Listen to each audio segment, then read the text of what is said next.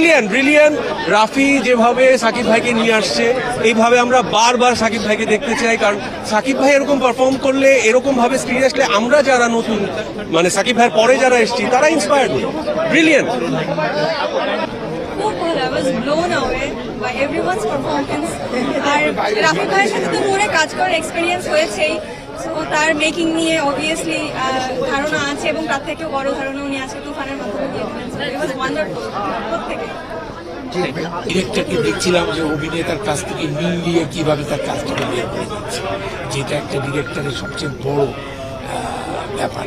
অভিনেতা, সে বুদ্ধিমান অভিনেত্রী যখন বুঝে ফেলে যে ডিরেক্টর আমাকে ব্যবহার করছে, আমার কাছ থেকে কাজ বার করে নিচ্ছে, তখন কিন্তু সে তো একজন শিল্পী, সে তখন ছেড়ে দেয় ডিরেক্টর।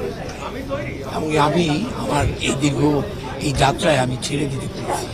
এবং সাকিব খানকে যে জিনিসটা আমাকে এখানে বলতেই হবে, আমি যতক্ষণ ছিলাম আমি তার কোনো হার্ড ভয়েস শুনিনি।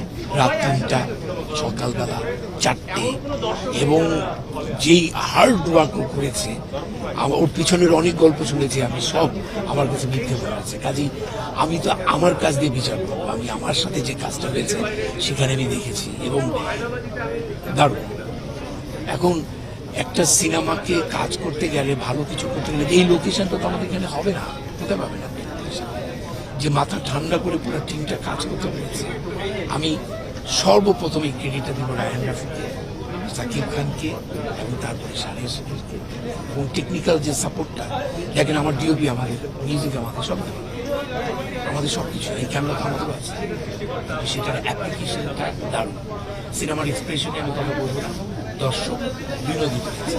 লিনিয়ার স্টোরি নাই, একটু বাঁকা টাকা স্টোরি আছে, সেটাও দর্শক কমিয়ে করছে। একেবারে আমরা যে গল্পগুলো বলি, একটা ধারাবাহিক, একটা অনেকেই যায়, কিন্তু ও কিন্তু ভেঙে ভেঙে ভেঙে ভেঙে, এইটাও একটা ইন্টেলিজেন্ট প্রেজেন্টেশন। আমার কাছে মনে হয়েছে এরকম বাংলাদেশে যদি 4-5টা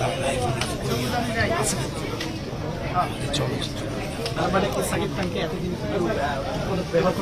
না, এইটাই ভাবে বলা যাবে না, কারণ আজকে সাকিব খান কিন্তু এরকম করে সাকিব খান হয়নি। এই সাকিব খানের পিছনে কিন্তু ইন্ডাস্ট্রি অভিনেতা থেকে শুরু করে শিল্পী, কলাকুশলী, ডিরেক্টর সবার একটি ম্যাচিউর হয়ে উঠেছে। আমি বললে ভুল হবে না, বর্তমান সাবকন্টিনেন্টে এই মুহূর্তে সাকিব খানের দিকে অবশ্যই।